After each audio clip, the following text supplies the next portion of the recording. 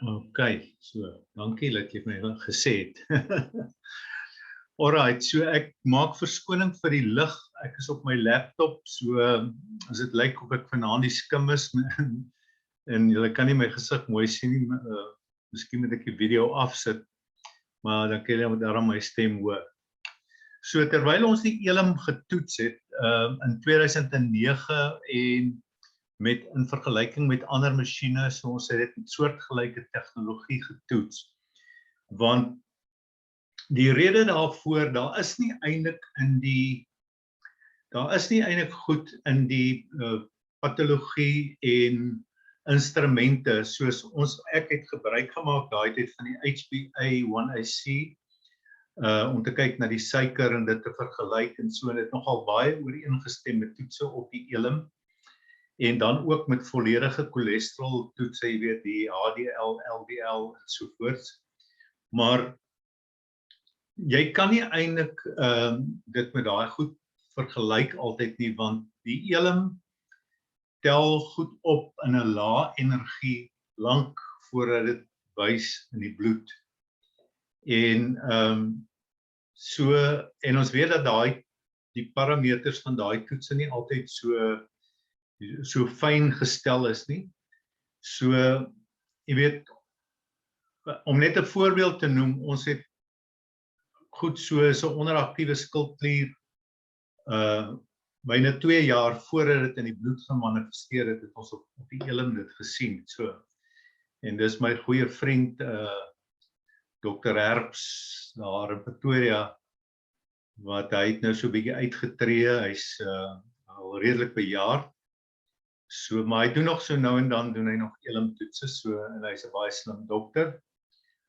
So hy het spesifiek die geval opgetel op die ELIM.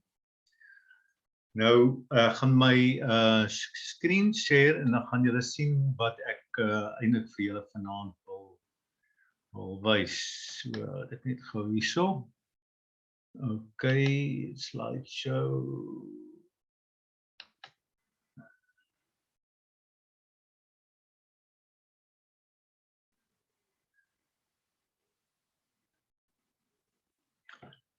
Okay, so vanaand is dit Advanced Lesson 13 en ons praat oor complementing modalities to the ELIM, want daar is sekere goed wat gebruik word in alternatiewe gesondheid vir diagnose, soos onder andere iridologie, lewendige bloedanalise, droë bloedanalise en dan ook microcirculation, mikroskope wat jy mikrosirkulasie kan sien met 'n mikroskoop wat dwars deur die vel kyk op die naal, en dan sien jy die capillaries, en volgens daai wat jy sien, is daar ook baie toestande wat 'n ou dan in die liggaam kan lees. So dis die tipe goed wat ons ook ingebou het op die ELIM, sodat ons by 'n ELIM toets vir iemand kan wys, jy weet, sy oog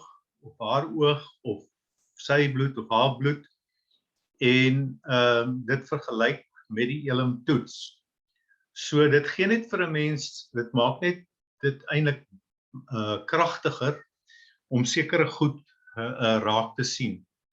So in die eerste plek om te vergelyk en te verify met 'n ELIM scan, dis die kliënt se eie oë of dis die kliënt se eie bloed, en jy sien soos toxins in die digestive, dit is een van die groot goed wat 'n ou sien, soos leaky gut en toksines wat uitlek na dele en sisteme soos byvoorbeeld die brein, want onthou die volledige anatomie kan in die iris van die oog gesien word, en in die iris is daar 6 ringe, en gaan dit nou vir julle wys, van die binnekant net na die pupil.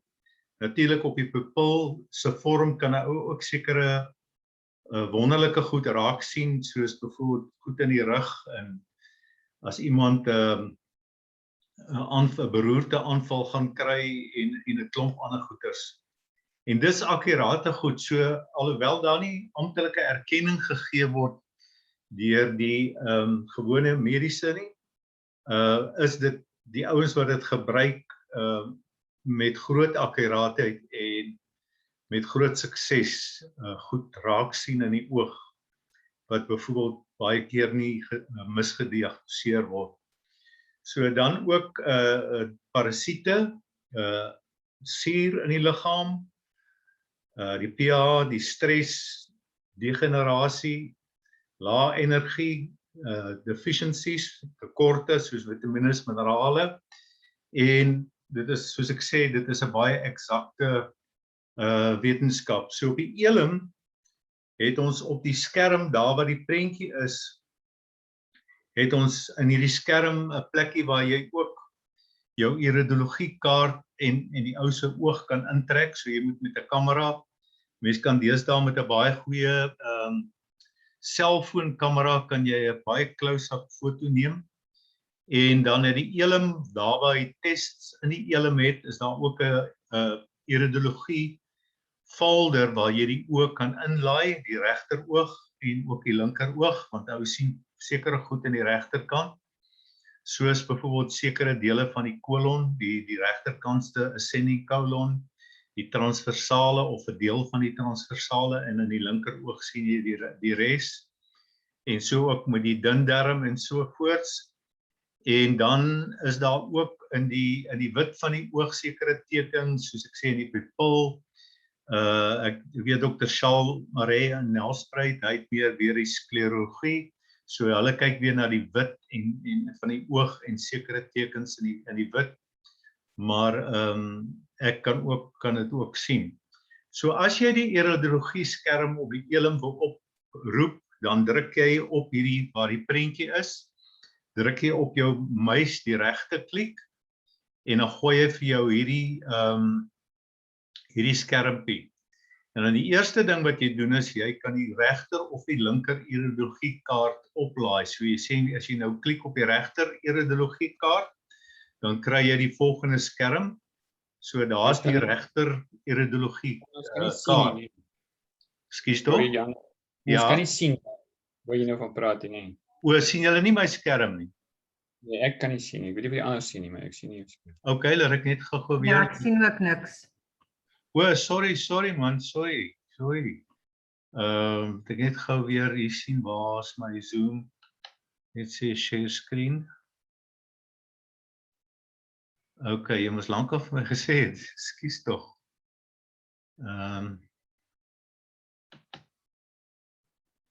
Share screen. Okay.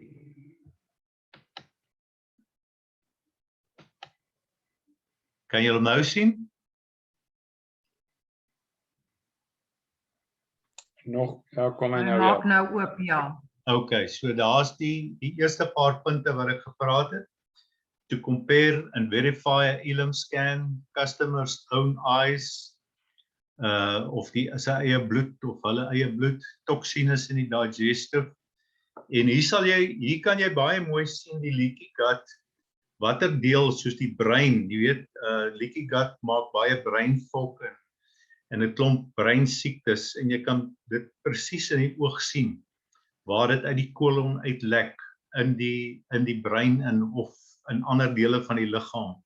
Jy sien ook parasiete, jy sien suur, jy sien stres, degenerasie van sekere sisteme, jy sien sinus, jy sien suur, lae energie, tekorte, en dan het ek gesê dis 'n baie eksakte science.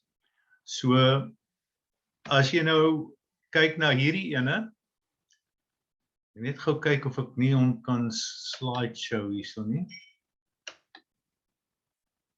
Okay, hy is bietjie groter. As jy regsklik hierso op hier waar die prentjie is, dan maak hy hierdie skermpie oop wat vir jou sê view right iridology of view left iridology. So jy met jou muis regsklik op die prentjie gedeelte hierbo op die skerm. Dan maak hy hierdie oop, en as jy view right iridology druk, dan maak hy vir jou hierdie, ekskuus tog, maak hy vir jou die regter, as jy nou op regter een gedruk het, dan maak hy vir jou die regter oog oop. So hier 6 ringe, daai is die pupil, en dan die eerste ring om die pupil is die maaggedeelte. So hier sien jy in die maag verskillende gedeeltes. As jy veronderstel die maag lê hier so, en hier is die regter oog, en dan sien jy in die volgende ring, die donker pink, sien jy die opgaande kolon, die transversale kolon, en die gedeelte van die small intestine. So hierdie is die duodenum en 'n deel van die jejunum, en dan hier is die cecum. So hier gaan dit uit. En dan het jy nou die boonste deel, dat jy het nog 'n ring na dit. Jy het die autonome senuweestelsel wat hy nou nie hier wys nie. Okay, so ek gaan nou vir julle in die oog wys, waar sien jy dit?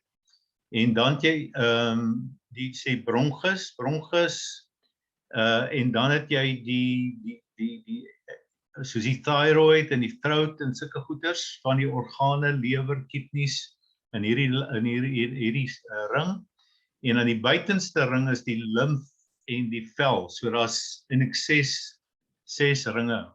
En hier sal jy sien is gemerk. Nou hierdie spesifieke kaart is van Dr. Bernard Jensen, sorry.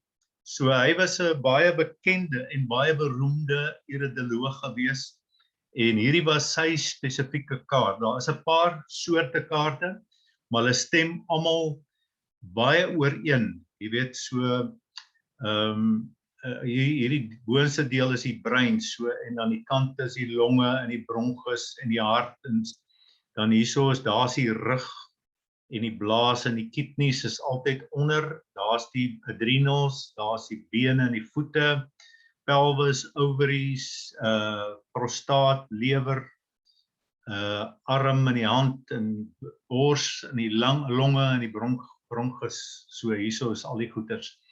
So hierdie is die regterkant, die linkerkant is natuurlik teenoorgestel. So hier sal jy lewer en die galblaas kry, want die lewer en die galblaas sit aan die regterkant, maar jy gaan ook in die linker oog 'n deel van die lewer sien, want daar is 'n linker lob van die lewer wat in die linker oog wys. So hierdie kaart laai jy dan kan jy sien wat daar aangaan, en dan klik jy weer, regsklik jy weer, en dan sê hy load iridology image. En dan kan jy 'n oog wat jy gestoor het, 'n regter oog, hierdie is my oog, en dis in 2015 geneem, en dan kan jy hom hier so 'n slider wat jy die oog 'n bietjie groter of kleiner kan maak, dat hy min of meer so groot is soos hierdie. En dan kan jy in die oog nou die goed sien. So ons het mos gesê die eerste ring hierso is die maagring, en dan het jy om dit binne in hierdie wit ster wat in die ou oog so voorkom, dis die autonome senuweestelsel.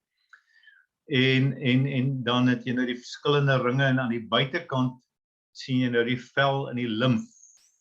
Daai donker, wat hy so donker plekke is tekens, en ons kan later 'n bietjie so 'n kursus aanbied. Breinvlekke of oranje, of jy kry wit is natuurlik baie suur, en dit te doen.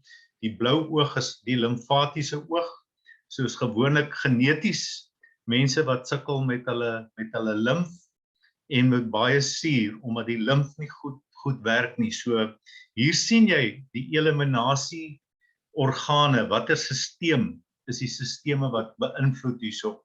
Nou as jy kyk na hierdie breingedeelte hierso, wat uit die bokant van die oog, dan kan jy sien, hy sê hierso pituitêre klier en die pineale klier, daar so.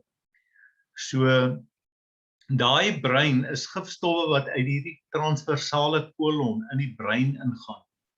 En wat daai deel is, soos die pituitêre klier en so aan beïnvloed. En hierdie 5 senses, ego pressure, ons kan later bietjie oor hierdie goed praat, maar jy kan sien wat ek gesê het, ook hierso in die bronchus gedeelte, is daar ook 'n breinerigheid wat hierso uitgaan. So dit kom ook half uit die kolon en in die bronchus, so dit hou ook verband met eliminasie. Onthou, daar's 5 eliminasie sisteme in 'n ou se liggaam, en as een of twee van hulle nie goed werk nie, sê byvoorbeeld die limf werk nie goed nie, dan sit dit druk op die bronchus, om mucus te maak, om te help om ontslae te raak van gifstowwe. Of dit sit druk op die kolon, of dit sit druk op die kidneys veral. So hier kan jy sien watter deel, watter eliminasie sisteem is oorlaai en waarom dan daai persoon so, en dan werk jy met daai eliminasie, want dis die swakheid, in hierdie geval die limf. So jy gee baie aandag dan aan die limf en help daai persoon om ontslae te raak van daai oortollige mucus en goed. So jy help die wat swak presteer, die eliminasie wat swak presteer om hulle kant te bring, en dan kan jy daai persoon so help. Okay, so die volgende een, ek is nou klaar. Daarso, so dan kan jy met die linker oog kan jy presies dieselfde doen. En die kaart op van die linker oog klik, en dan verdwyn jy die regter een, en dan bring jy die linker oog op, en so kan jy dan al twee oë vir die persoon wys. Jy kan ook bloedanalise prentjies hier inlaai, en ons sal later 'n bietjie meer daaroor praat. So hierdie is 'n baie wonderlike manier want as 'n mens die goed leer ken, dan weet jy al, as jy jou kliënt ontmoet, dan weet jy al, voor jy hom nog om die elim gescan het, as jy 'n blou oog sien, dan weet jy, dis 'n limfatiese oog. Jy weet hierdie ou gaan sukkel met sy sinus, en hy gaan sukkel met sy limf, en met suur, en daai goed. En sulke goeters is lewer help om 'n breër perspektief te kry van die persoon die oorsprong van hulle probleem. Want onthou, in die natuurlike gesondheid of die holistiese gesondheid, dink ons altyd holisties, so ons moet kyk dat alles mooi in balans is en saamwerk, maar ons kyk ook, ons probeer kyk ook, waar is hierdie swakhede, die genetiese swakhede, en die oog, die iridologie, het te doen met genetiese swakheid. Nou, ek het 'n wonderlike video wat ek vanaand vir julle wil wys van hierdie dokter Bernard Jensen. Hy is nou al oorlede in, ek dink 2003 of 2005, maar hy was wêreldbekend.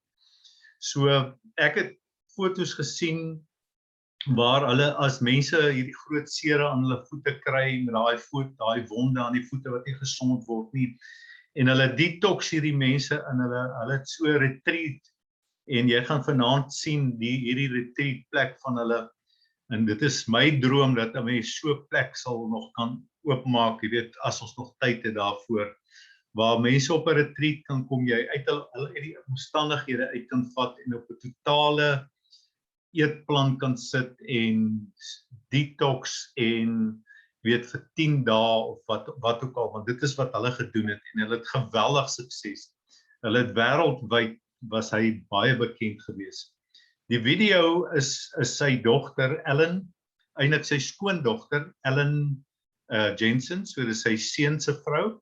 Sy is ook 'n dokter, en sy is besig hier by hierdie retreat met hierdie klomp mense. Dis ook mense wat sy besig is om op te lei. So ek gaan die video dan vir julle opsit. Ek wil net gehoor. Jy sit nou hierso.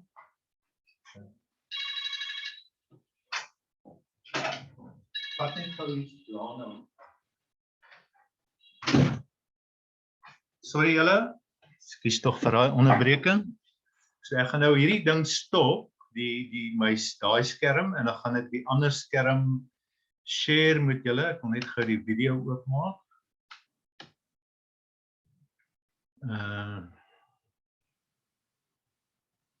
Net so 'n oombliekie. Okay. Share screen. Net gou die videoetjie oopmaak.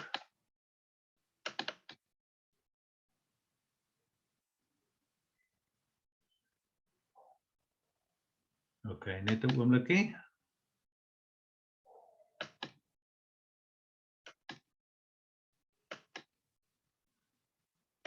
Daai toemaak.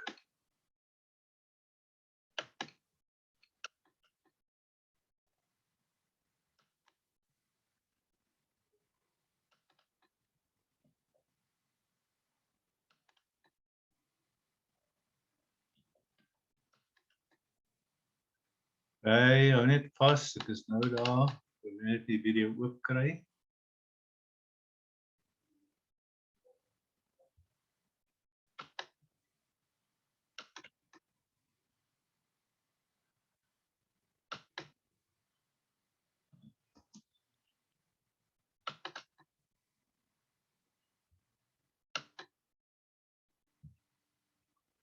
Okay.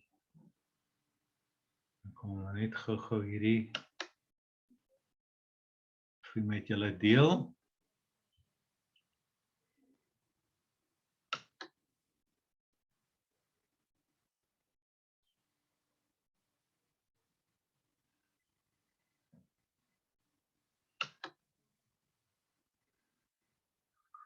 Hello, everyone.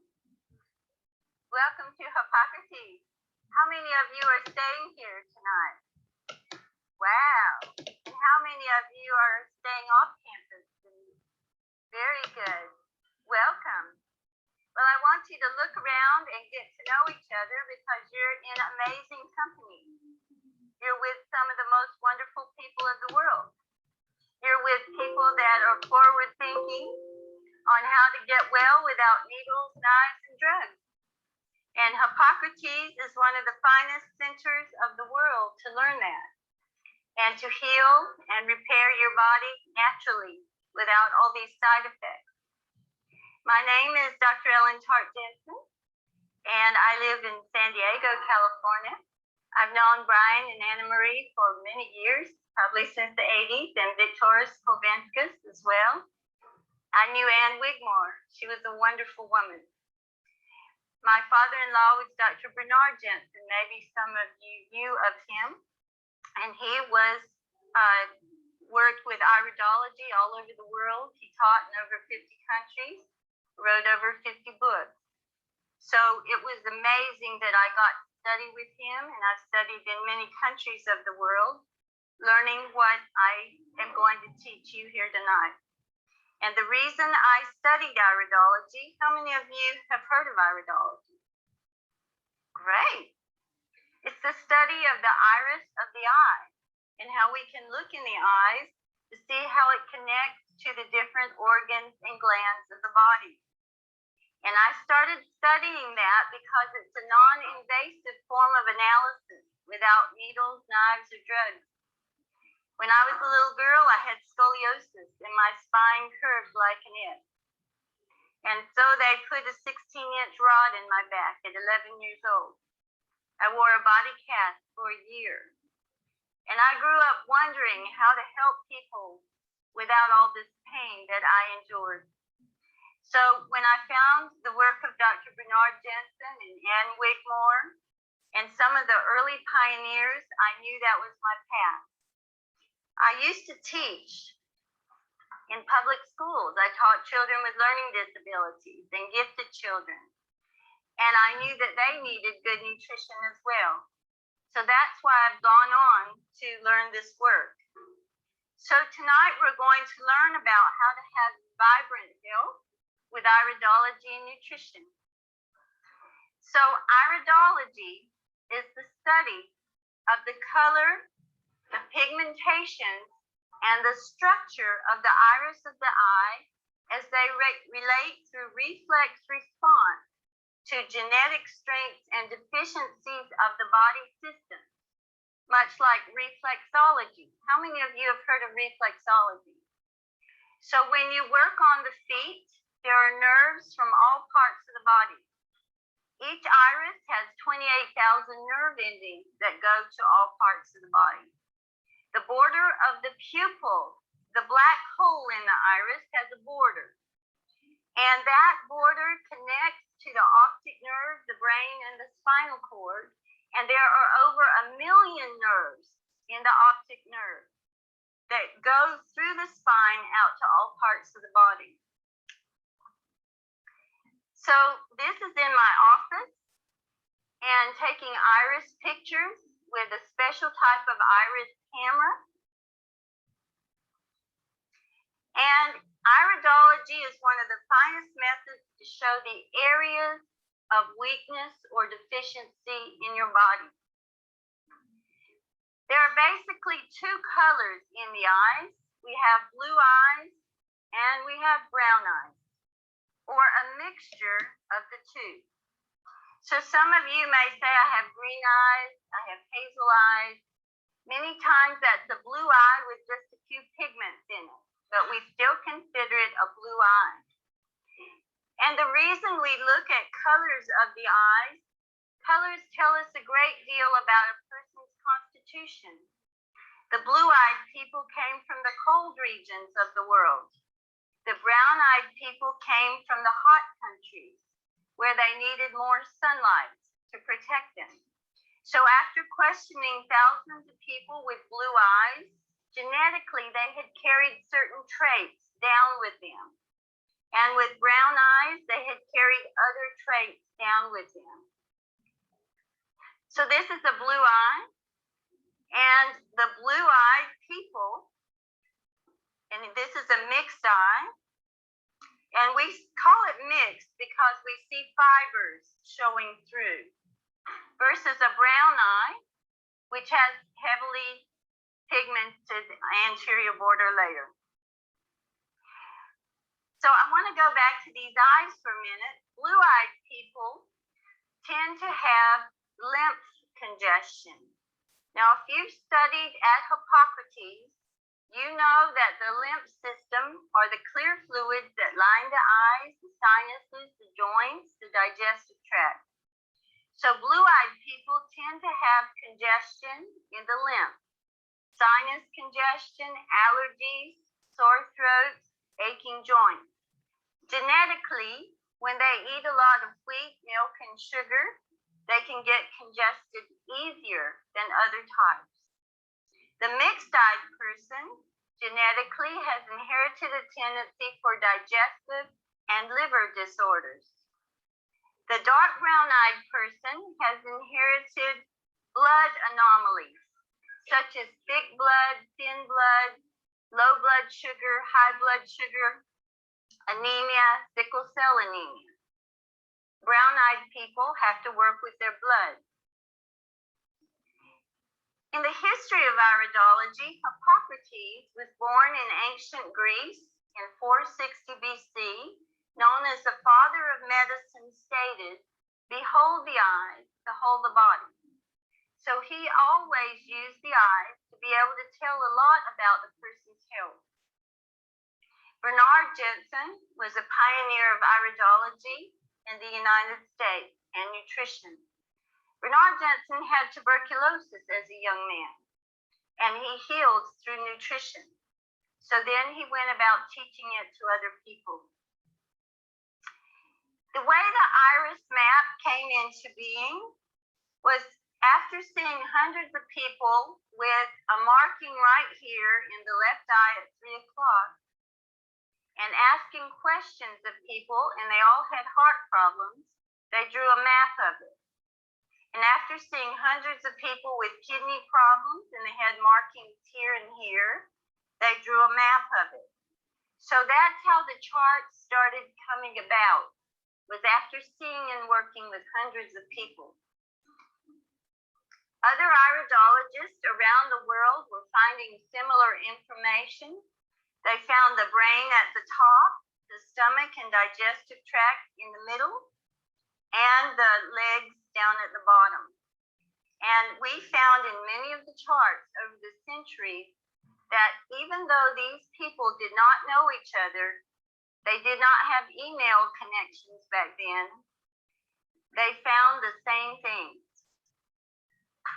And then I added a lot of research to my chart. and I added color to my chart. So you're able to see the stomach in green, the intestinal tract in light brown, the blood zone in dark pink, the muscles in light pink, the bones in light gray, the skin in dark blue, the lung areas are in blue, the heart areas in red, and the glands and organs in purple. So it's easier for me to teach my students with color. So how can we stay healthy, feel good, and avoid pain? I think that's what everybody is searching for. How can we keep our children healthy and alert and attentive? What does it take to be a healthy person with clear, smooth skin and a bright smile? How can we be healthy in our older years? And that's something that many young people don't think about, and they abuse themselves throughout their lives. And by the end of their lives, they're very sick, and they have a lot of health problems. Illness comes when our bodies are stressed and toxic. So when people live in such a way that they live in areas of pollution, they're drinking polluted water, they're eating lots of fast foods, lots of hamburgers and fast foods with fats and grease. They're living in areas of toxicity and going through a lot of stress, maybe smoking and drinking. After a while in their body, the liver starts breaking down, the lungs start breaking down. They feel tired and weak, and they wonder why. Well, they're not seeing what's going on in their beautiful organs from the inside. So what creates radiant health? Get adequate rest, sunshine, exercise, pure water. If you have a lot of chlorine in the water, that chlorine is not only going to kill bad bacteria, it's going to kill all your friendly bacteria in your intestinal tract. And your intestinal tract is 75% of your immune system, 75%. So if you kill it with drinking chlorine, you're going to be in trouble. Also, fluorine in the water. They're putting fluorine in the water because they say it protects the teeth, but it's killing the thyroid gland. It's causing hypothyroidism and lots of problems in the body. Whole natural living food. Now, we are made literally of the dust of the earth. We're made of the minerals and the chemical elements within the earth. That's what our bodies are made of. We're made of life force. And that's what Hippocrates is all about. It's eating the foods closest to the earth, closest to Mother Nature, with the live enzymes in them, the minerals and vitamins intact that haven't been cooked to death. So if we eat whole living food, exercise, sunshine, plenty of rest, and pure water, we're going to have a much healthier body. But it's also important to think happy thoughts. You can't have a happy stomach if you have sad thoughts. If you're angry all the time, you're going to be producing stress and acids in your stomach, no matter what you're eating. And we need to love what we do in life. We need to find what we love and do those things in life. So what creates radiant health? We literally are made of the dust of the earth. Breathe properly. Now I want to teach you a very valuable lesson about breathing. I call breathing the holy breath, because without the breath, we cannot live very few seconds. So what I'm going to have you do right now is place your hands over your abdomen and relax. And close your eyes for a moment. And feel your breathing. And just allow your abdomen to rise and fall. Slow, gentle breath in through the nose and out through the nose, allowing the abdomen to rise and fall. Slow, gentle breathing. We should be breathing that way all the time. And if we're breathing shallow breaths when we get in a hurry, like that, we're producing acid in the body. We're producing stress. We're creating too much adrenaline, which produces acidity, which drains minerals from your bones and your joints. Creates acids in your stomach when you're under stress and breathing improperly, which can create ulcers. So breathing properly is ever so important. Wear clothes made with natural fibers. We want to wear cotton and silk and wool. That clothing is going to be more natural to your skin.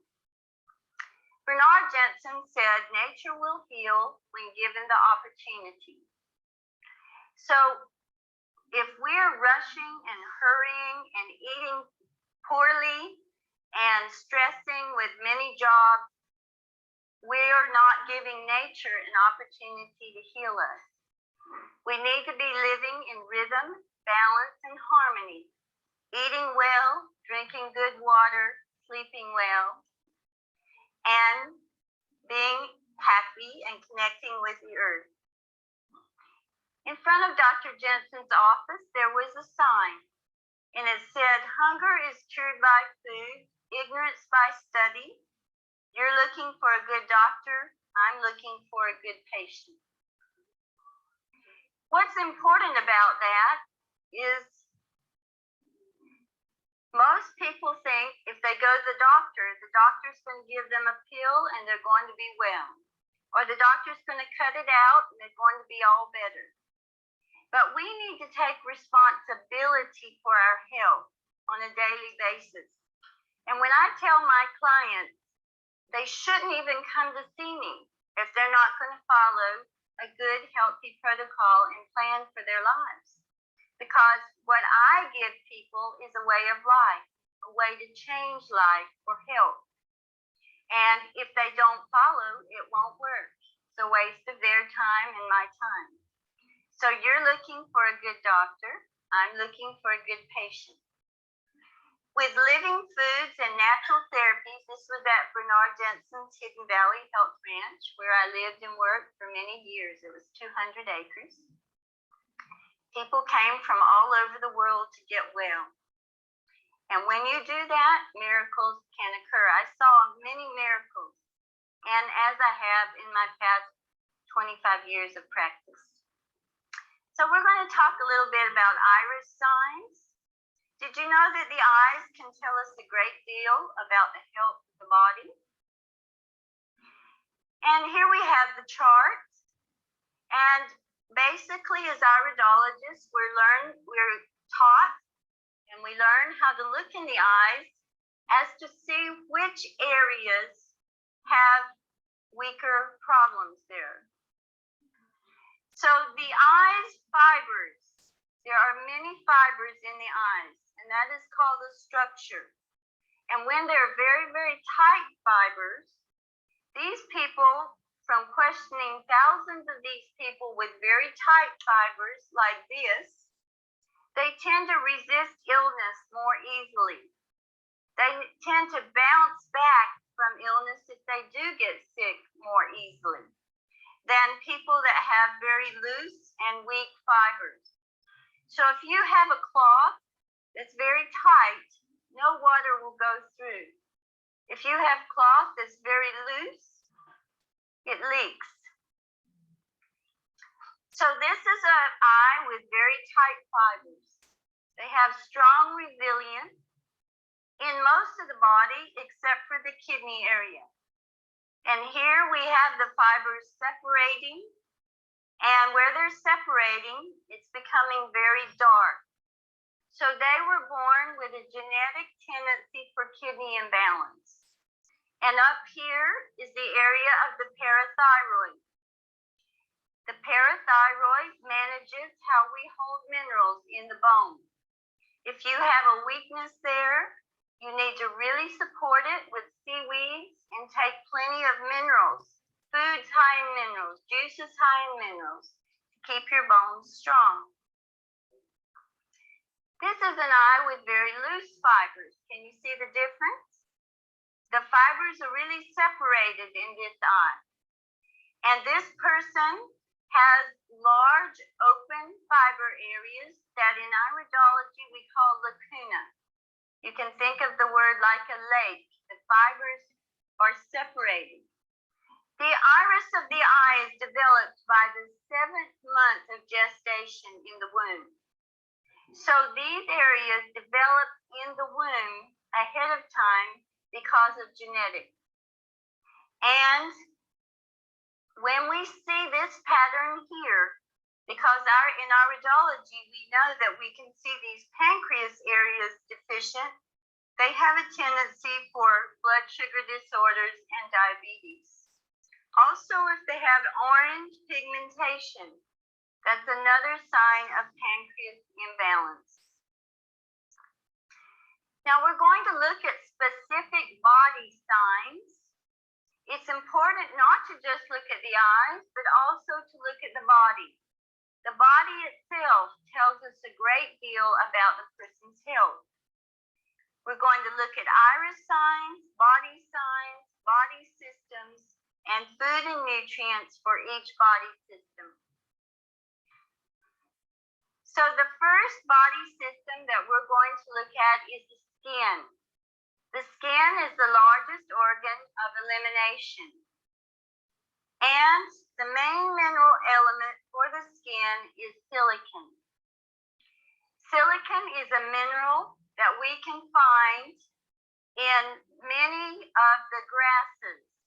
We can find it in what we call horsetail herb and oat straw tea. We can find it in much of the greens that we have on the salad bar. We can find it in the little pepperoncinos we have on the salad bar, high in silicon. The skin is the outer edge of the iris, our largest organ of elimination.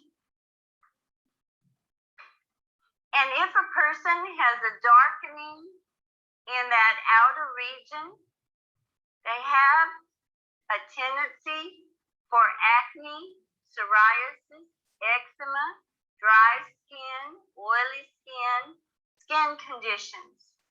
So when I see that in the iris of the eye, I talk with them about their skin. And we look at the skin and different problems going on with their skin. If I see a darkness in the digestive tract here, I see that they're not digesting as well as they should be. And when you're not digesting and releasing toxins through the bowel, it comes out on the skin. So to cleanse the bowel in this case would help the skin a lot. And then I look at these white areas, and that's the area of the lymph. And these types of people tend to have lymph node swelling. And the lymph nodes are located along the joints because the only thing that moves the lymph is exercise and brushing the skin. The heart moves the blood, but we can't move the lymph if we don't move our body. So if we get inflamed, stagnant lymph, we're going to have swollen lymph glands under here or under our arms or in our groin. We're going to have aching joints. We're going to have sore throats. Here's another dark skin area. This person has orange in their eye, which has to do with blood sugar imbalance. So the symptoms you look for on the body with the skin, when you see the sign for the skin in the eyes, you look for rashes, pimples, flaking, cracking, that came to me recently, and she had psoriasis severely over her body. And I have found that many people that have psoriasis, it begins with a virus. And so when we get to the virus that can still be hidden in the body, causing a lot of problems, that can help the skin. Now, silicon is a mineral for the skin that helps to strengthen the skin. Oats have silicon. For example, horses that eat oats have very shiny fur, very shiny mane. So if you want to have good, strong hair, good, strong skin, good, strong fingernails, you need silicon. Cold pressed flaxseed and borage oils help to give the skin the oils it needs. Enzymes will help make sure the oils are absorbed. So if a person has a problem with digestion, especially through the liver, even though they eat lots of oil, their skin will still be dry. So sometimes they need enzymes to help them absorb their oils and to do a liver cleanse like we do here at Hippocrates. Wear cotton clothing. Use natural soaps and lotions. Don't use soaps and lotions full of chemicals and dyes and perfumes. They're going to clog up the pores of your skin. Drink plenty of water. This was one of my clients, and she came to me when she was 35, and she had severe psoriasis over most of her body since she was 15. And it was cracking and bleeding. She got down on her knees every night and prayed for help. She finally found me, and we went to work with her, and in 6 months, it was gone. And so what did we do with this lady? Avoiding wheat, gluten is very congesting for her digestive tract because she had had constipation most of her life. Avoiding dairy, which is very gluey and pasty. Dairy is high in casein that they make furniture glue with. So when you drink a lot of milk, and especially in this country, milk in the grocery stores only is required to be 11% milk and the rest fillers. With lots of hormones that were given to the cows, lots of antibiotics were given to the cows. That's all going into your body. And so we have them give up dairy and sugar. Sugar is one of the biggest poisons on the planet. Sugar feeds bacteria, funguses, viruses in the body. Sugar disturbs your pancreas and can cause you to have diabetes or hypoglycemia. So she gave those up. She took lots of oat straw tea, wheatgrass juice, sprouts, soap nuts and seeds, enzymes, cold pressed oil, and she did cleansing like we do here at Hippocrates. She cleaned her colon with colon cleansing, wheatgrass juice implants. This young lady had a fungus around her mouth. You see that? How many of you have heard of ringworm? Well, that's what it was, ringworm around her mouth. Now, ringworm's not really a worm, it's a fungus. So we worked with her until that was gone. And I'm going to give you a little recommendation for ringworm in a moment. Ringworm, a fungus, highly contagious, looks like concentrated red circular rash, often raised and itches like crazy. So to help ringworm fungus, and the remedy is 8 drops of tea tree oil, 1/2 teaspoon of colloidal silver, 1 teaspoon powdered golden seal. You make a paste and you apply it to the area and keep it bandaged for 24 hours, and then you wash the area with tea tree oil soap. Then you rinse well, apply the paste and bandage again. With persistence, fungus or ringworm will leave in 1 to 2 weeks. Now, if you go to the doctor, they're going to give you a cortisone cream. And the cortisone cream is only going to push it in, and it's going to come back, and come back, and come back. This is a true healing that gets down to the root of the fungus and kills it. But if you're eating sugar, you're feeding it from the inside, so it will come back. So be persistent with this and use a clean towel daily and change your clothing daily. Another symptom on the skin is acne. Avoid coffee, sodas, bad fats. Coffee is high in oils. It's very acidic. Sodas have 10-12 teaspoons of sugar in each one. And if there's artificial sweeteners in a soda, that's even worse, because it's aspartame, and research has linked aspartame to multiple sclerosis. Aspartame burns the nerves up in the body. Apply wheatgrass juice to acne. Golden seal mask, like the one I just gave you, with golden seal colloidal silver tea tree oil. That will help get rid of acne. Vitamin E and evening primrose oil, especially if it's acne during puberty, or if it's acne in a woman around menstruation. There's a hormonal imbalance, and vitamin E and evening primrose oil help with the balance of the hormones. And cleaning the liver is most important because the liver processes the hormones. Oat straw tea and horsetail herb for the skin. Ginger tea and saunas help the skin to sweat out poison. Fresh air and sunshine, cleansing the body. We use skin brushing, and we need to brush our skin in a special way. Some of you at Hippocrates have heard of Lymph Linda.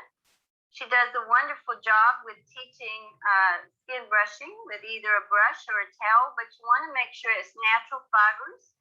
And you want to start down here, dry before your shower, and brush your skin toward your heart, because the lymph dumps out below the heart.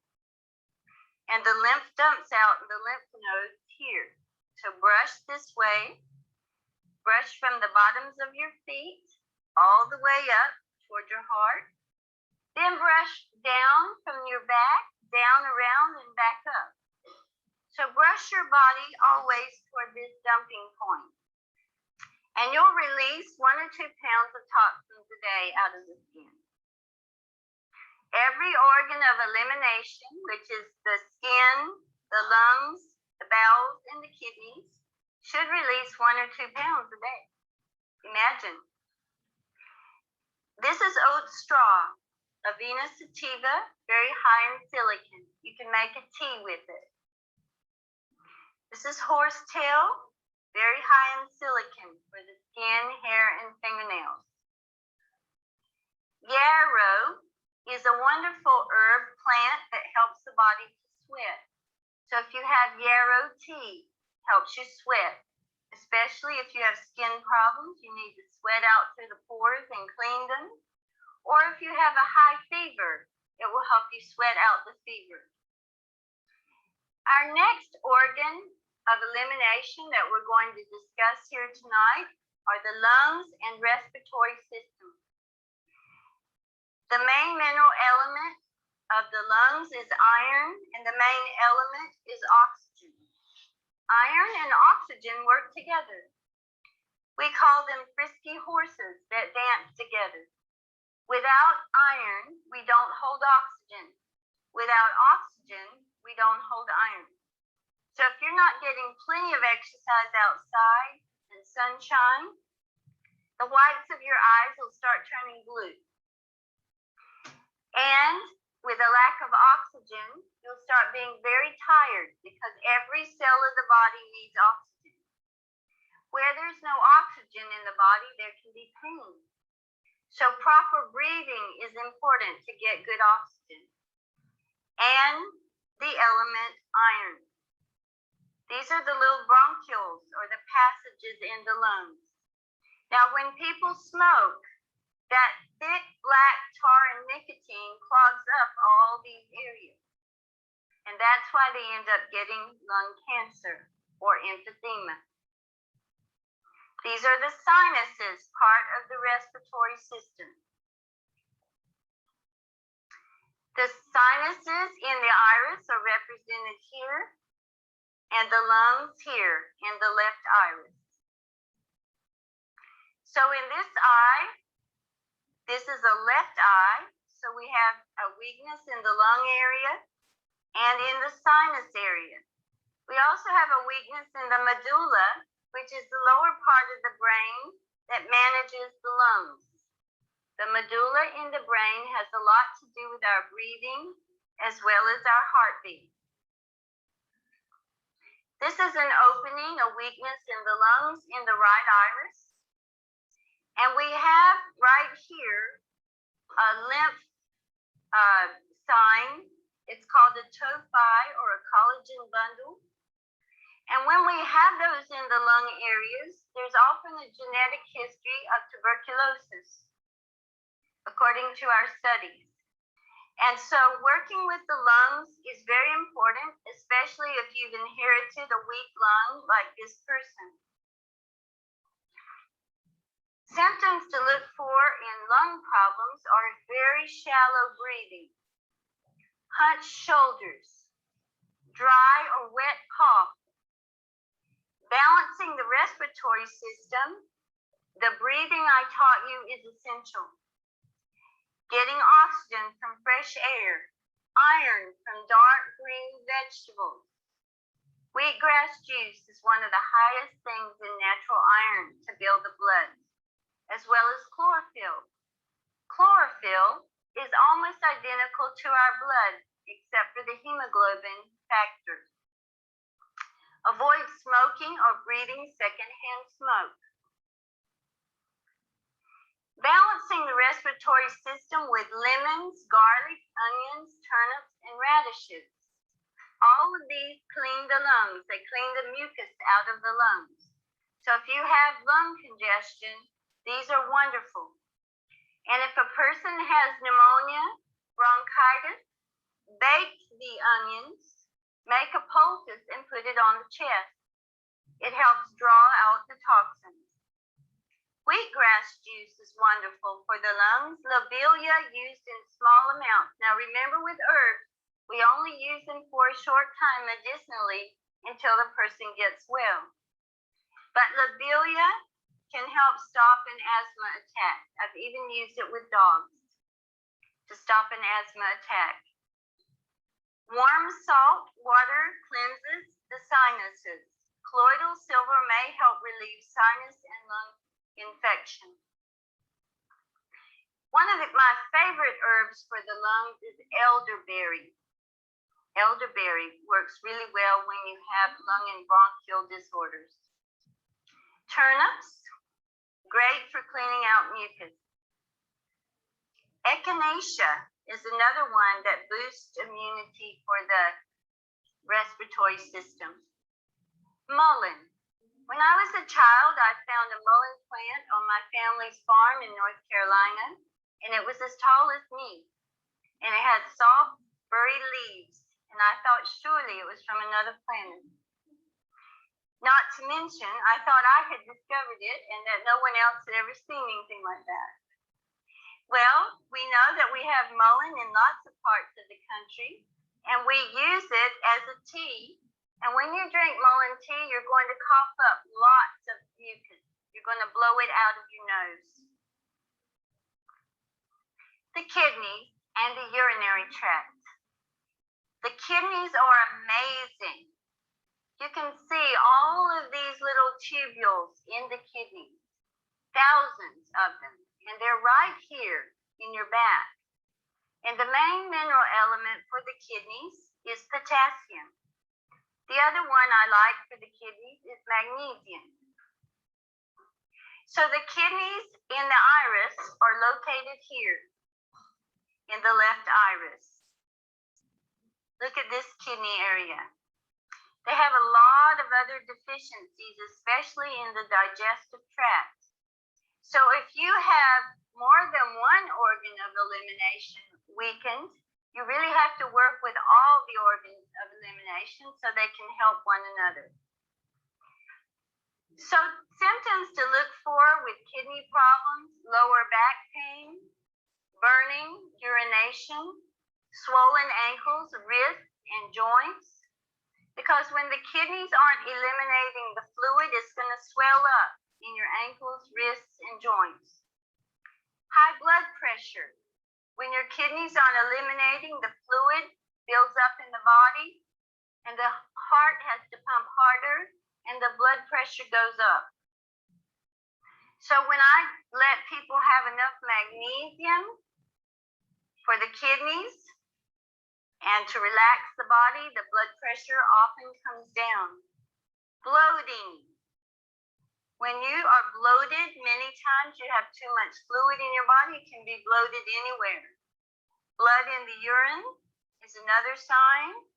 A very bright blood in the urine is not as serious as a very dark blood in the urine. Dark blood means that it's been there for a long time. Stones in the kidney. People can form kidney stones, especially if they are taking a lot of cow's milk with hardened calcium crystals and not getting enough of your raw vegetable juices.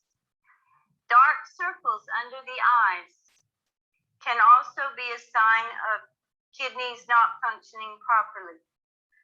Now, stones in the kidneys also can be caused by drinking a lot of sodas, drinking a lot of coffee, because the acid pulls calcium out of the bones. And where does it go? In the kidney. So we've got to really work on the fluids we're putting in our bodies for our kidneys. To balance the chemistry of the urinary tract, pure water. Water is one of the most alkalinizing things we can drink. Raw vegetable juices alkalinize the body. And for the kidneys, my favorite juices are parsley juice and celery juice. Watermelon rind juice flushes out the kidneys. Uva ursi is an herb that when you have kidney and bladder or urinary tract infections, uva ursi keeps the bacteria from adhering to the walls of the kidney or bladder and takes it right out. Juniper berry strengthens the kidneys, and these can be made into teas. Balancing the chemistry of the urinary tract. Probiotics help bring the kidneys back to health. Beneficial foods: sunflower sprouts, asparagus, celery, garlic. Garlic is one of the most powerful antibiotics in nature. Castor oil packs on the kidneys. How many of you have heard of castor oil packs? Castor oil packs you get castor oil, you warm it in a little pan, you dip a cotton or wool flannel cloth in the oil and lay it over the affected area. Then you put plastic to make it soak in, a towel, and you can lie on a hot water bottle. Castor oil packs. The oil soaks in and helps to relieve the pain and dissolve the stones. Parsley is very high in potassium. Very great for strengthening the kidneys and bladder. The natural diuretic if a person's swollen. Marshmallow root. If a person has infection, pain, or kidney stones in the kidney, any pain of any kind, I use marshmallow root. It's very soothing and slippery and balancing for the kidneys. Organic, non-GMO corn silk can be made into a soothing tea. Very soothing for those little tubes in the kidneys. Small amounts of fresh cranberries can be used medicinally to get rid of urinary tract infection. Pomegranates can be helpful with kidney infections. Raw apples and garlic are high in potassium and can help dissolve stones. So here on the liver cleanse, we eat a lot of apples and garlic. And they help dissolve stones in the kidneys. Lemon and lime juice and water can help dissolve stones. Hydrangea and gravel root are herbs that have been known to help dissolve stones. The digestive system, another organ of elimination. The digestive system has the esophagus, it starts in the mouth. Chewing is number one with digestion. You should chew each bite 25 times, slowly. And then the esophagus, the stomach, the small intestine, the small intestine, and then the large intestine. We have 25 feet of small intestine and around 6 feet of large intestine. So the colon, through reflex response, connects to all parts of the body. So there are nerves that go from the colon, and the blood goes into the colon and out to the body through osmosis. And it will pick up either nutrition or toxins or whatever's there and carry it to other parts of the body.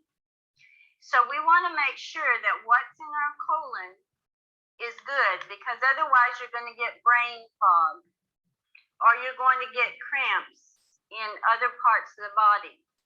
Even sciatica, pain in the leg, can come from a huge congestion in the bowel pressing on a nerve going down the leg.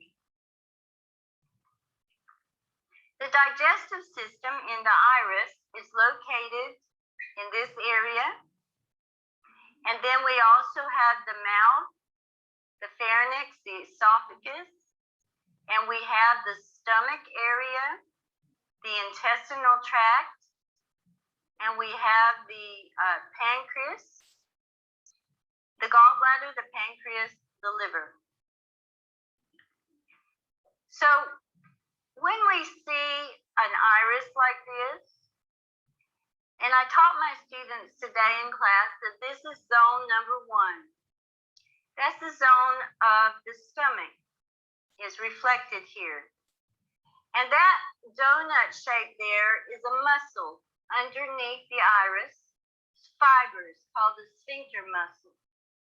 And when we can see it shining through, that means the fibers are so thin that we can see it. So when the fibers are thin in an area, there's more deficiency, there's more weakness. And when the intestinal tract is stretched out like this, when it's square, it's affecting the pancreas and the immune system. And when it balloons out into certain areas, it affects those organs.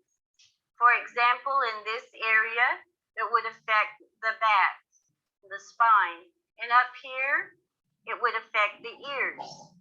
So if a person had ear infections all the time, and they kept going to the doctor for antibiotic, and the problem was in the bowel, seeping toxins to the ears, you're never going to get well until you cleanse your colon. Here's another example of the digestive tract having big openings and inherited weakness. This is in the area of the cecum, which is right here. And this is the area where parasites like to live, in this big cecum. Now, the small intestine empties into the large intestine right here. And we have where it empties the Ileocecal Valve. So if everybody will put their fingers right here, just inside your right hip, and you pull up toward your left shoulder, you're going to help open your Ileocecal Valve. If you're constipated, it's more than likely closed. So when we open it, it can help the bowels work better. If you have pain on this side, it could be a congested Ileocecal Valve. Okay,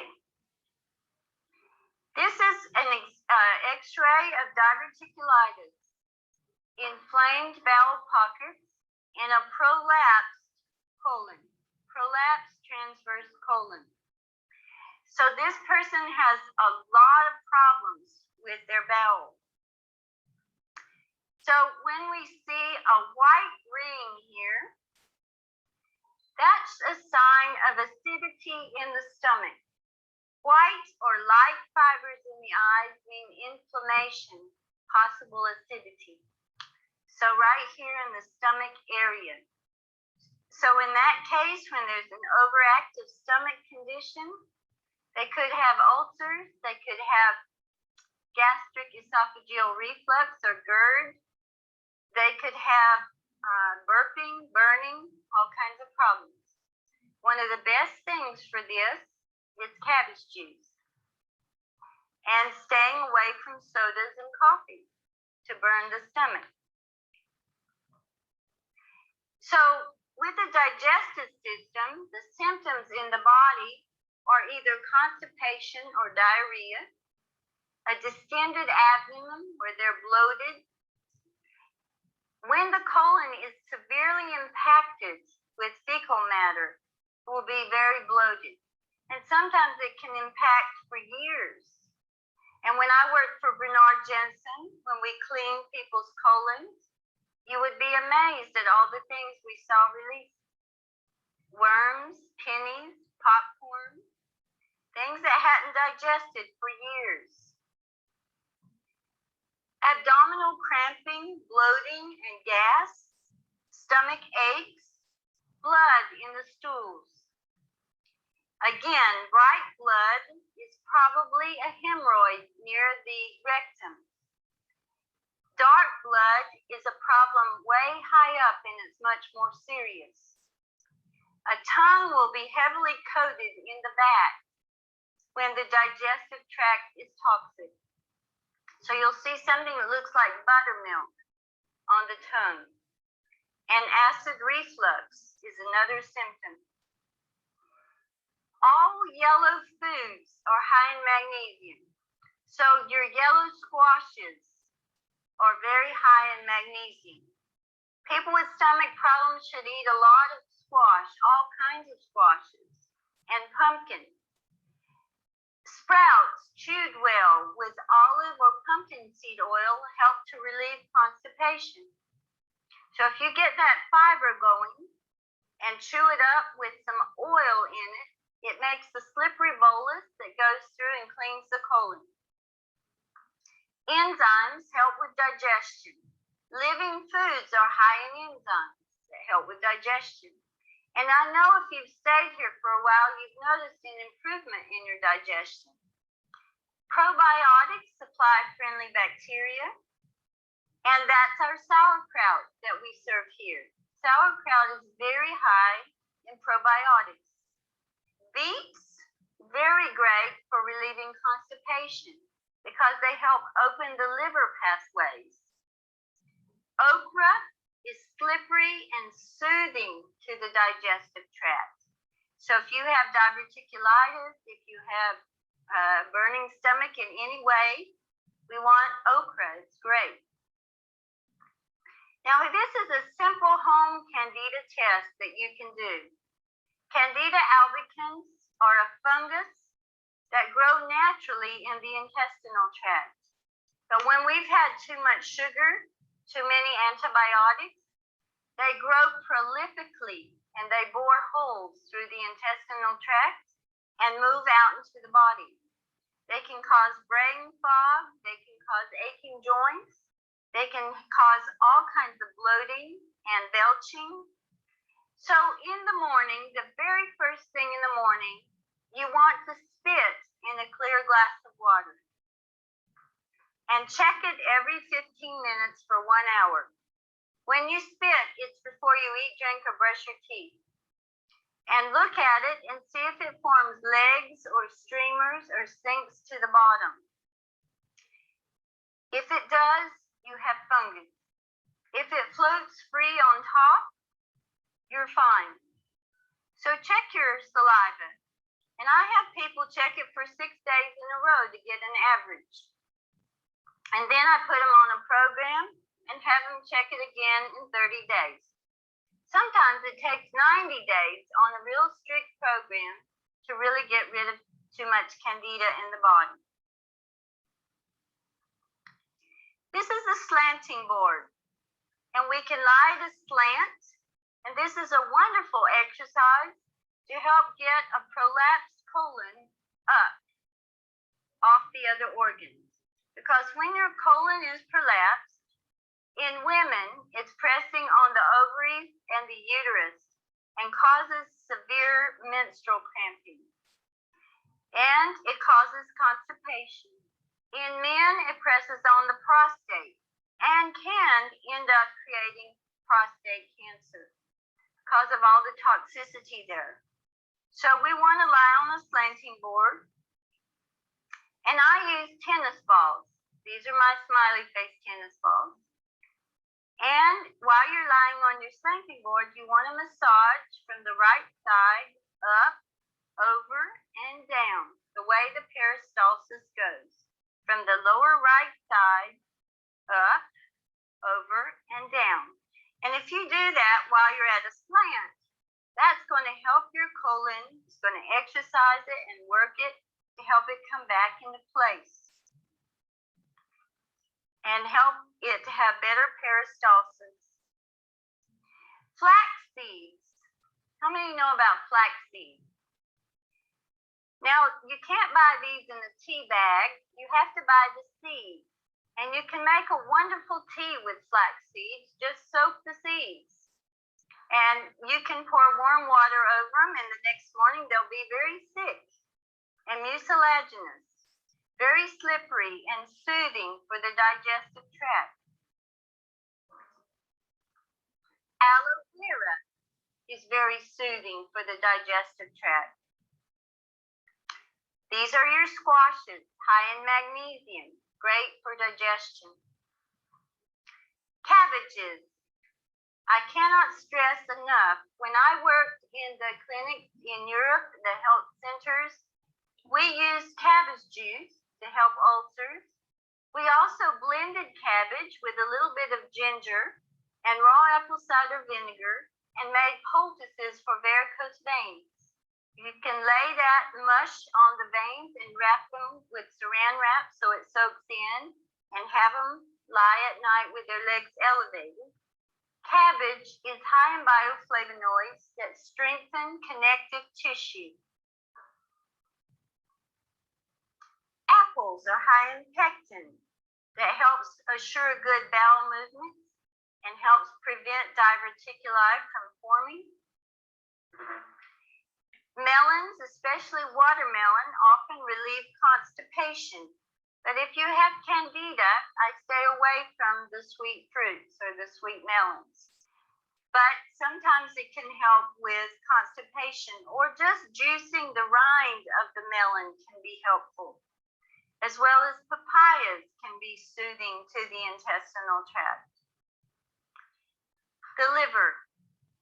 Now, the liver is one of our most important organs. We cannot live without our liver.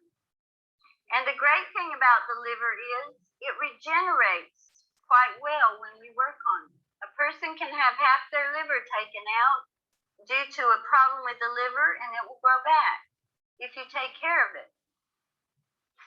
So the liver has 11 pathways through it. It processes fats, it processes chemicals, it processes sugar and foods. It processes all kinds of things, hormones that go through the liver. And when these pathways get all clogged up, it can get clogged up even with lots of sodas that form a thick slime in the liver, or chocolate milk that forms thick, heavy congestion in the liver. Lots of white flour. So when we clog up our liver for long periods of time, we get gallstones because it backs up into the gallbladder. We get liver stones even. And then we have problems with sleeping at night. Did you know that the liver processes between 3 a.m. and 12 noon? So if you eat a big heavy breakfast with bacon and eggs and sausage and toast and jam and jelly and butter, you are clogging up your liver. You want to have raw juice in the morning. And in the morning when you have that raw juice, it helps that liver continue to cleanse.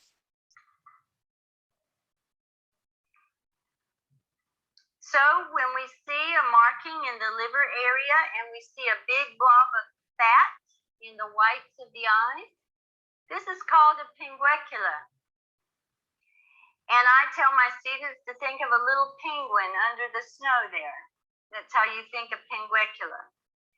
But when we see that fat there, it means the liver is not processing fats properly. And over here we see yellow. When the sclera becomes yellow, there's jaundice. And that means the liver is not processing and bile is going out into the body. This is fat in the eye. And we have what's called a cornea, which is like a clear dome over the iris. And it fills in with fat when the body is getting lots of cholesterol. So we call this a cholesterol ring. Ophthalmologists call it corneal opacity or corneal arcus. And they've even researched now that it has to do with cholesterol. When fat builds in the cornea, it's difficult to see anything in the iris underneath. When we have big brown pigments, it has to do with liver imbalance. Also, we can get big brown pigments on the skin, liver imbalance. So the symptoms to look for with liver problems: yellow skin, the whole body can become jaundiced, brown patches on the skin, and brown patches in the whites of the eyes. The liver area may be swollen and painful. The person may be over or underweight because it's not processing fat. They may have a lot of problems with bloating, premenstrual cramping and irritability, hot flashes during menopause because the liver processes hormones. The liver processes fat. So things to avoid to help your liver are plastic bottles. Xenoestrogens are in plastic bottles, and they can be absorbed from those plastic bottles, especially if you leave a bottle of plastic water in the sun. Margarine, caffeine, nicotine, sugar, gluten, pesticides, dairy products with hormones, chicken and beef with hormones keep the liver from processing estrogens or other things properly. So if you have a young woman having severe menstrual pain, we need to cleanse the liver. If you have somebody with hot flashes, we need to cleanse the liver. Alcohol, heavy metals, chemicals, and drugs are harmful to the liver. Now, what helps the liver process hormones and other things are bitter greens such as kale, spinach, parsley, chard, beet tops, collards, mustard greens, turnip greens, wheatgrass juice. Those all scrub the liver and clean it. Dark greens, dark cherries, dark beets are all high in iron if you're anemic. Now, one way to tell if the body is anemic is when you pull the eyelid down and look on the inside of the lower eyelid. If it's really white, that person is anemic. And it needs to have red blood vessels all in them. And when people are severely anemic, they get to the point where they can't breathe because oxygen follows iron. And the liver is what processes the iron. Olive oil and lemon juice help to clean the liver. B vitamins, vitamin E, evening primrose oil, calcium, magnesium, and enzymes all help a lot with menstrual cramping. Lecithin that's found in raw soaked nuts and seeds cleans the liver. Cold pressed oils and fiber help to lower cholesterol. Dark grapes with the seeds provide a source of iron for the liver, but again, if you have Candida, we want to stay away from fruit. Sprouted seeds, like we have sprouted seeds on the salad bar here. Very high in protein, very cleansing for the liver. Dandelion leaves we also have here on the salad bar. Very dark green leaves flush out the liver. Milk thistle is very supportive and helps support healthy liver function. The gallbladder. The gallbladder is tucked up here underneath the liver, and it is its job to store the bile and dump it into the stomach when it needs it for digestion. So what happens when people drink a lot of sodas? It starts hardening into stones in the gallbladder. Also, cake icing is very thick with fat and grease and sugar, and that can harden into stones in the gallbladder. A lot of people eat a lot of cake icing, especially if they're cake decorators or if they like cake. I'm talking about a young woman I worked with that got stones at 28 years old, and she was a cake decorator. But we got rid of her stones with the natural liver cleanse. They were going to take out her gallbladder. And so she came to see me, and I helped her work through and save her gallbladder. So the main mineral for the gallbladder is natural sodium. So what's the difference between natural sodium and regular table salt? When plants sit on the earth, they absorb minerals and transmute it to a form that we can utilize. So, for example, celery juice is very high in natural sodium. Natural sodium helps dissolve minerals, mineral deposits, and puts it back in the bone. When you taste your tears, they're salty. Have you ever tasted your tears? They're salty. That's lymph. The highest mineral element in the clear fluids of the body is natural sodium, and that lines the bones. And that natural sodium is what holds calcium in the bone. And the number one element burned up under stress is sodium. So when you're under a lot of stress, you're producing acid, burning up the sodium, pulling calcium out of the bone, depositing in the gallbladder. There's the gallbladder area right there. So symptoms to look for with the gallbladder: nausea, burping, abdominal pain, and they can have gallstones. To balance the gallbladder, organic sodium from celery juice and dark leafy greens, fenugreek sprouts, apples and garlic, hydrangea and gravel root teas help dissolve gallstones, as well as olive oil and fresh lemon juice. Here are some gallstones I help people release. They're as large as a dime. I've seen them larger. And they come out through the stool when you do liver gallbladder cleansing. They weren't removed by surgery. They're removed with cleansing. And if you go on juices for 2 weeks and then do the apple and garlic for several days, you're going to get some of these things out. Lemons and lemon juice help dissolve gallstones. Hydrangea root tea, also a natural diuretic. The next organ we're going to discuss is the pancreas.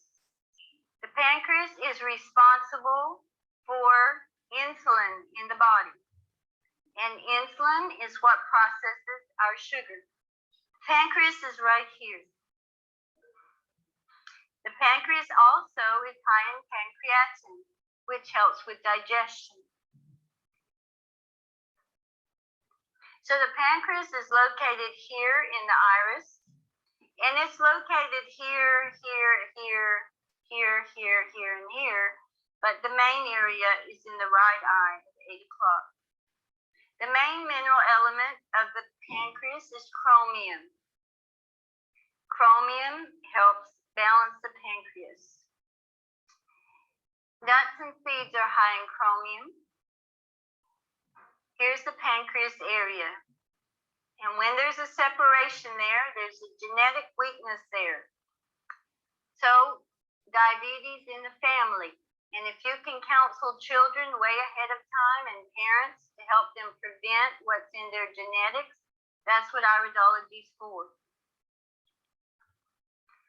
Here's an orange pigment. Orange means pancreas imbalance.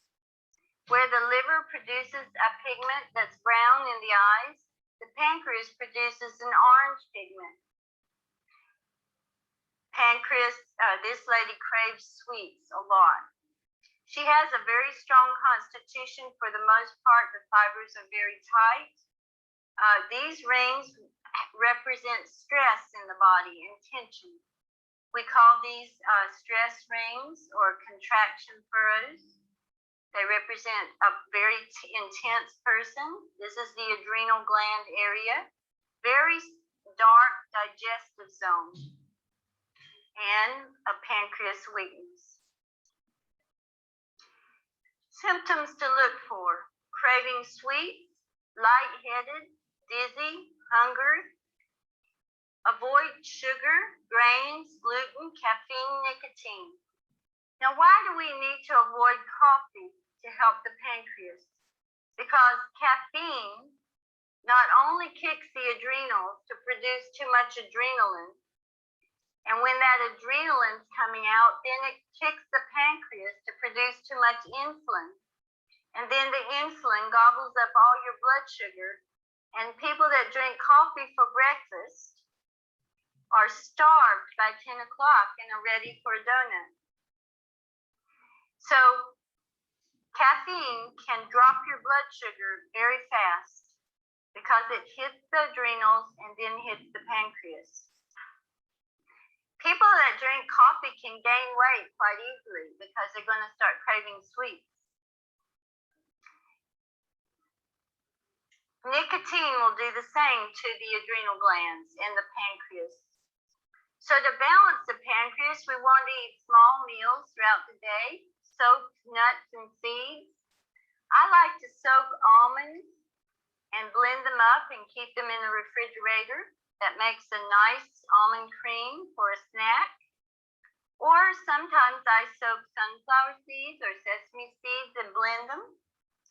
Greens and green juices help balance the pH. Soaked nuts and seeds, bean sprouts, raw vegetables. Jicama and Jerusalem artichokes are high in inulin that balance blood sugar. This program here, I have seen it turn around diabetes, both type 1 and type 2. Following this program here, people are able to get off insulin. So it's an amazing plan here, balanced with all the nutrition that you need, and it alkalinizes the acids in the body. To balance the pancreas, chromium comes in nuts and seeds and bean sprouts. Enzymes are important. Soaked flax and chia seeds can be helpful. Just grind them up.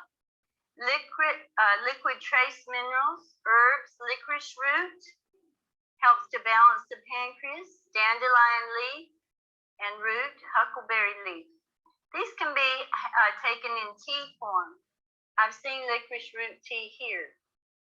Now, if you have high blood pressure, it's not recommended to take licorice root because licorice root kind of gives you a little bit of energy to your adrenal gland, and it may stimulate blood pressure a little bit.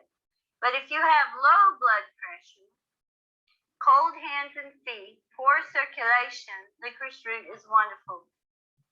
One of the finest herbs, some of the finest herbs with natural insulin is Gymnema sylvestre from India, and bitter gourd or bitter melon.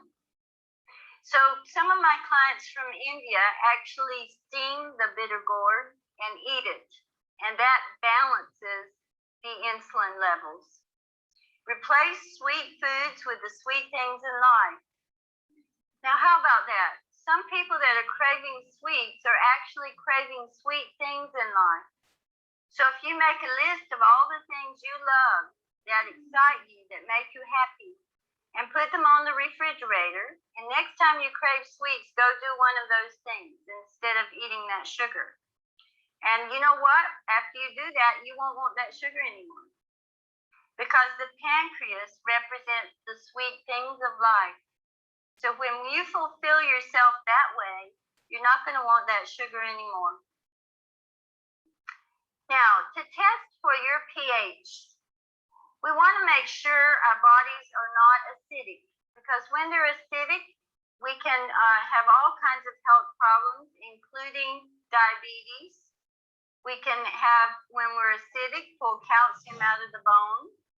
So cancer cannot live in an alkaline environment of the body. So we want to keep our bodies on the alkaline level. So to test for pH, you want to get some pH strips or litmus strips from your health food store.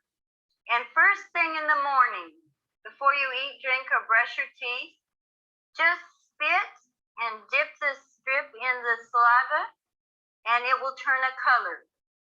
And there will be a chart with the strips that tell you whether it's acid or alkaline.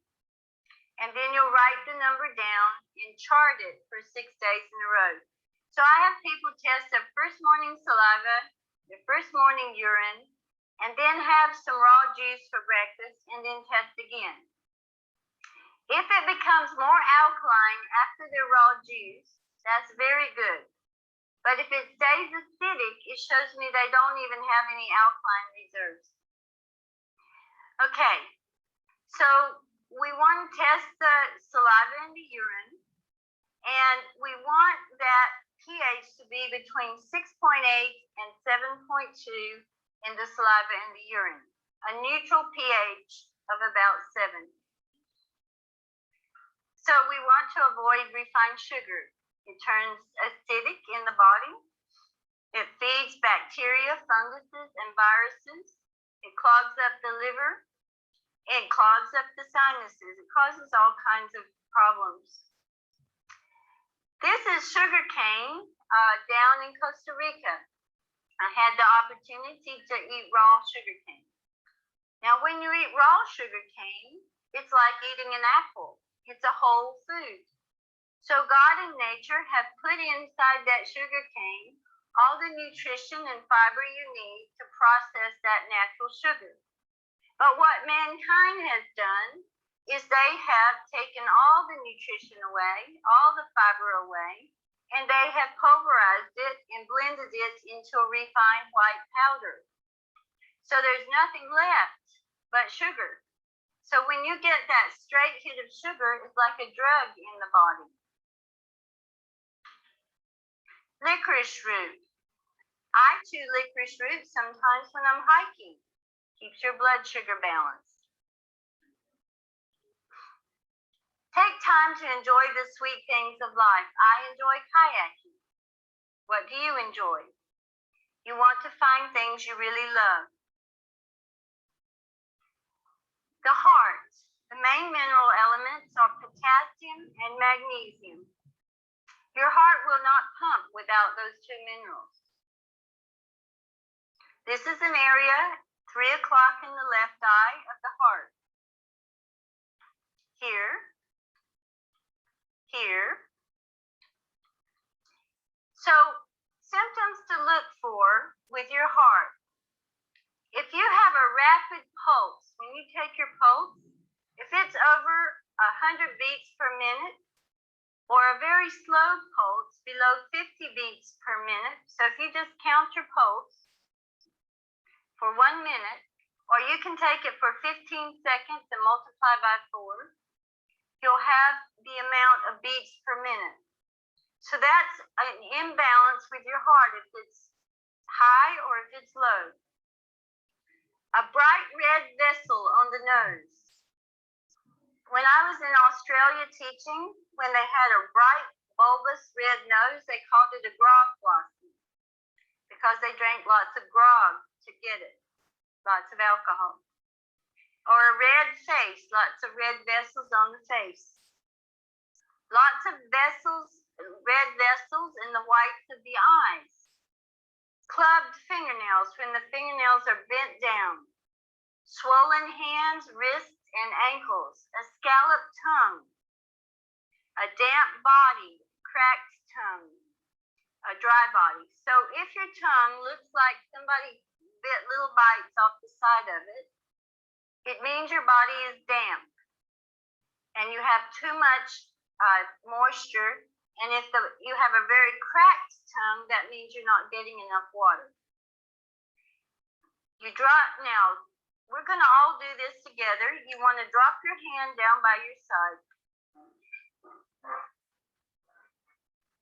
What will happen is the veins will swell. And bring your hand back to your heart, and the veins should go down. If the veins don't go down, there could be a heart problem. Because normally, when it's down here, you're getting lots of blood that way. And here, but if it doesn't go down, your heart's not pumping properly. Now, to balance the heart with food, you need foods high in potassium, leafy greens, potato peeling broth. You can peel a potato and soak it in water overnight and drink the broth. Apples, sunflower sprouts, foods high in magnesium or the squashes and almonds. Hawthorn berry herbal tea strengthens the heart. Vitamin E in soaked nuts and seeds helps the heart. Garlic and ginger and cayenne help the circulation. If a person's having a lot of pain in the chest, to drink water with cayenne can help save a person's heart from having a heart attack. When you take cayenne and put it in olive oil and rub it on the chest, it can help prevent a heart attack until you can get them to the hospital. Bromelain from pineapples is an enzyme that works if the blood is too thick or blood clotting. Bromelain helps. I don't believe in aspirin, but they can use bromelain. Anti-inflammatory things that help the heart. Bromelain is anti-inflammatory that helps the heart. Now here are your squashes high in magnesium. Your bananas and coconut milk high in potassium. Here's a pineapple high in bromelain. The blood in the vascular system needs iron. So the blood vessels we see along here and the heart, and we see the blood around here as well. So if we see a blue glow on the outside of the eye, there's poor circulation in the body. Can mean anemia, poor circulation. When we see lots of little brown specks in the eyes, these people have problems with absorbing iron and problems with the liver. If you have a problem with iron, you tend to be exhausted with anemia and fatigue. Excess bleeding with the periods during menopause can cause anemia. Rectal bleeding, urinary tract bleeding, blood in the stools with colitis. All types of bleeding can cause anemia. Varicose veins, broken vessels in the face or whites of the eyes or hemorrhoids can show a problem with the vascular system. Inside the lower eyelids are white. The blood pressure could be high or they could have high cholesterol. These are all vascular problems. So they need to avoid the sugar, caffeine, fatty foods, fried foods, pork. Beets, dark greens, cherries, blueberries, figs, prunes are high in iron. Lose weight if needed. Eat dark greens high in chlorophyll. Drink wheatgrass juice. Cayenne pepper and shepherd's purse help to stop bleeding. Internally, and externally. Balancing the vascular system. Polycosanol is from the bark of the sugarcane, and that has been shown to lower cholesterol. Magnesium helps to lower blood pressure. Licorice root may help to raise lowered blood pressure. Rutin is a bioflavonoid from vitamin C. You can find it at the health store. It strengthens veins and reduces swelling of hemorrhoids. So does cabbage juice. Okay, so these are things high in iron. Your dark foods, dark greens, dark beets, dark green and red vegetables, high in iron. Green cabbage juice is wonderful.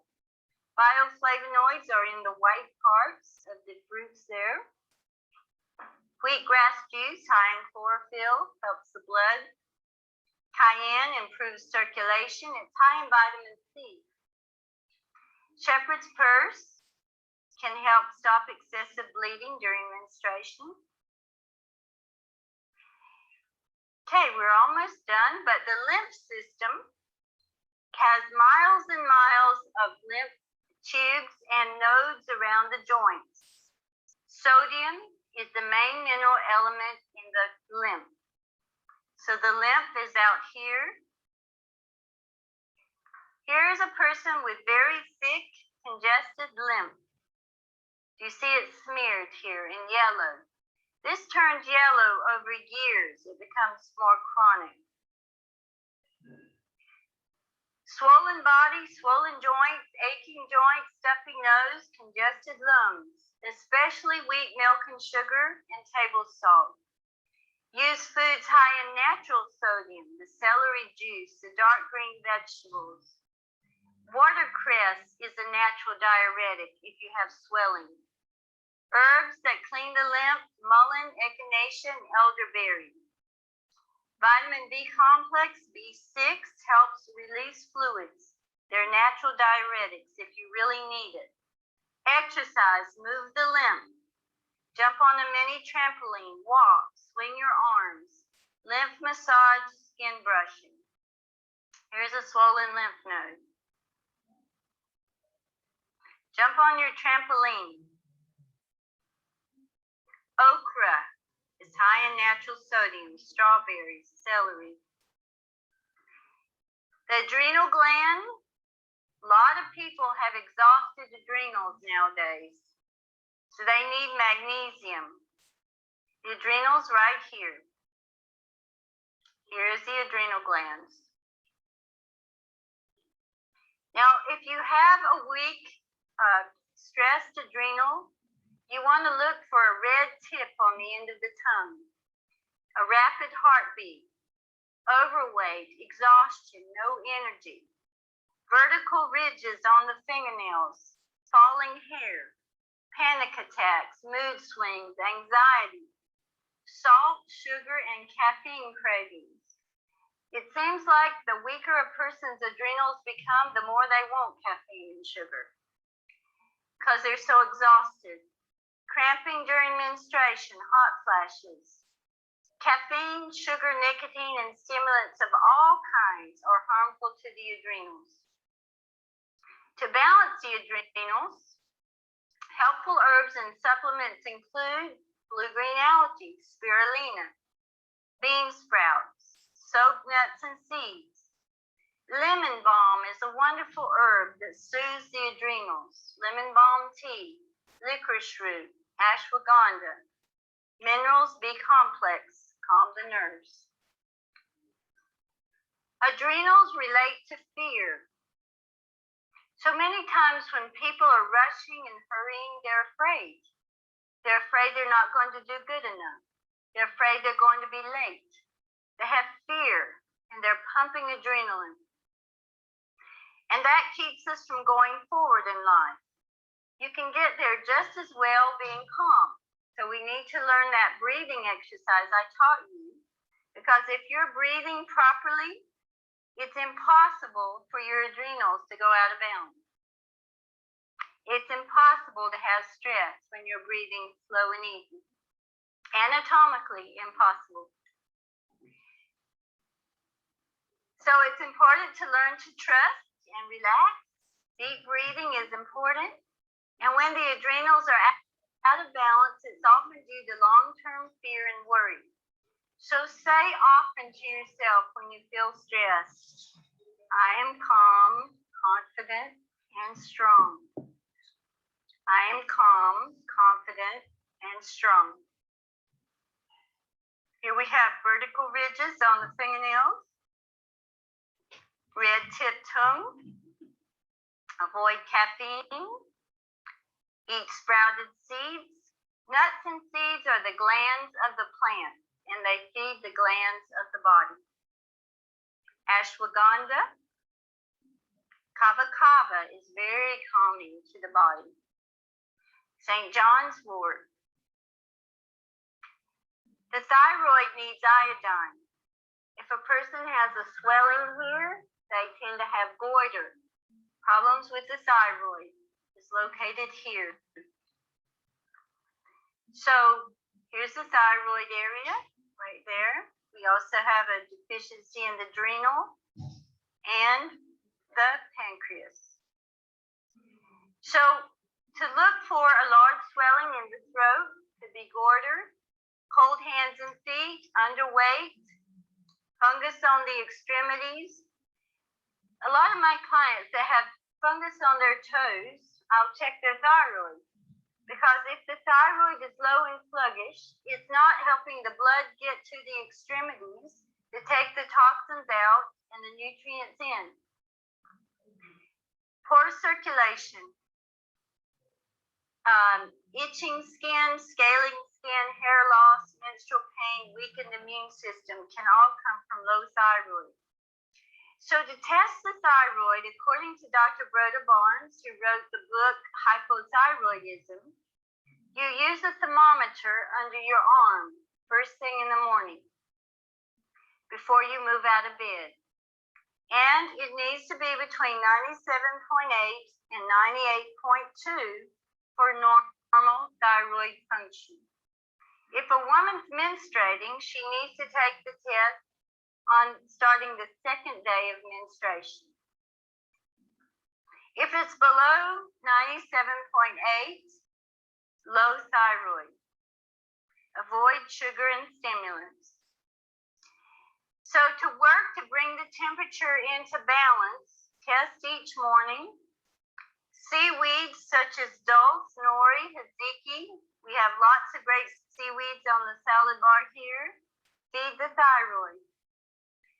Now, if the thyroid's overactive, a person is very underweight and they're very hyperactive. And lemon balm and motherwort are herbs that calm an overactive thyroid. Always keep the pH alkaline with green juice and calming stress. Singing can help your thyroid. You move energy through your throat. So I tell my clients, sing in the shower. Get a rubber songbook. Sing in the car, especially if you don't want anyone to hear you, but sing. Here's a goiter. People that live near the ocean get more iodine than people that live in the mountains. When I studied in Switzerland, they had a problem with goiter. Nail fungus is a thyroid deficiency. And the fungus can clear up when we clear up the thyroid. Scaling scalp. And that can clear up as well. Clean the body and balance the thyroid. Seaweed. The skeletal system, the main mineral is calcium.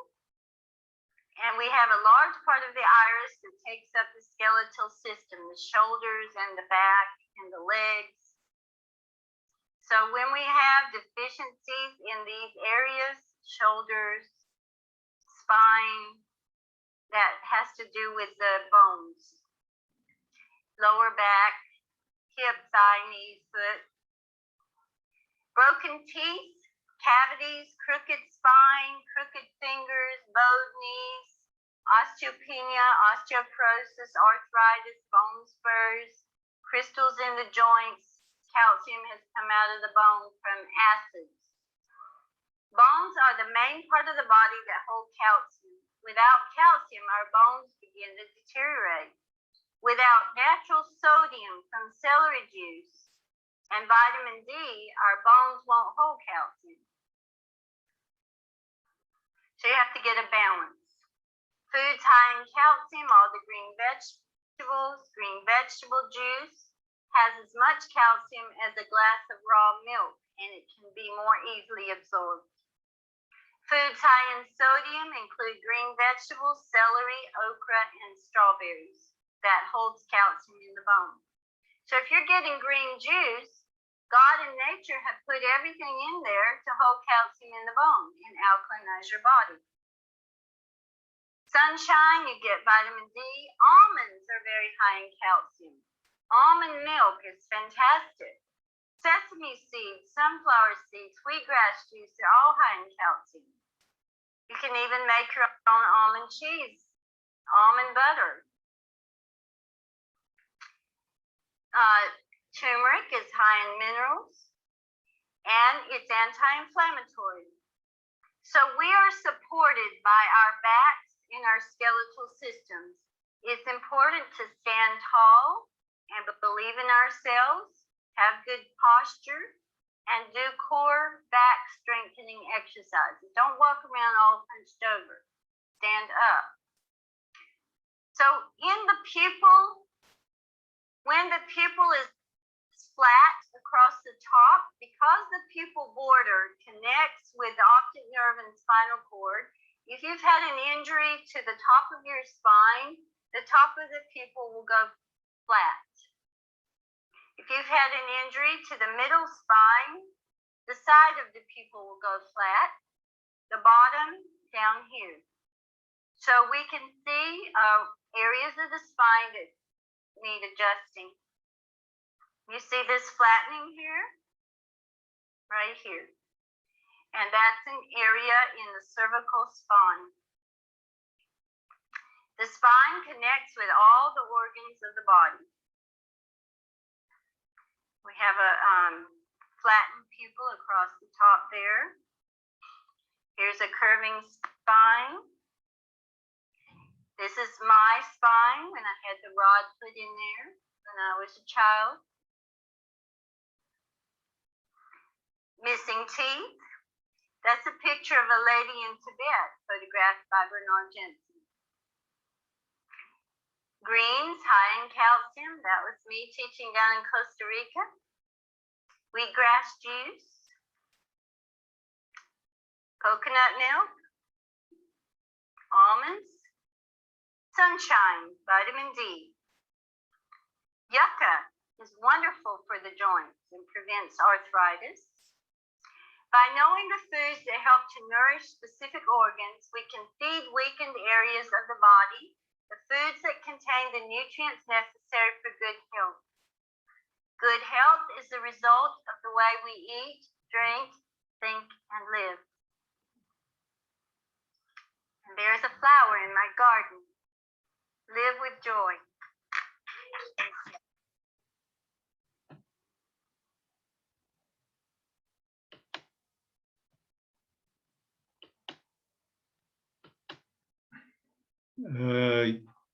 Hoop julle het net hierdie stop share. Hoop julle is nog daar en dit was interessant genoeg. Dit is 'n lang Baie interessant. maar dit is nou op recording. So julle sal dit dan weer kry op die link wat ek vir julle gaan stuur. En nou kan julle ook die goed mooi bymekaar bring met die oë. En in die toekoms kan ons dalk miskien so 'n kursus aanbied. En dan kan julle dit jy weet begin toepas saam met die ELIM, want onthou die ELIM het byvoorbeeld nie goed soos die vel, jy weet, en so aan nie. So hierdie is ook baie bykomend by wat ons op die ELIM sien. En dis presies hoekom ons dit daar gesit het, dat jy dit kan gebruik op die ELIM, en jy moet dit gebruik.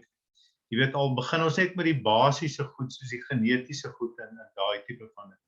Ok, ek gaan nie vir julle langer uit die slaap uit hou nie, dis Saterdag aand, en julle moet 'n wonderlike Sondag hê, geseënd wees hierdie week wat voorlê. Ons sal hierdie week, ek wil net gou vir julle noem, dat ek gaan miskien op Woensdag gaan ek besig wees om mense te sien. So ek gaan dalk dit weer moet terugskuif, ons advanced kursus na Saterdag toe. Maar kom ons hou vir eers dit, nie vir hierdie Woensdag nie, maar vir volgende Saterdag, aan dieselfde tyd en dieselfde plek.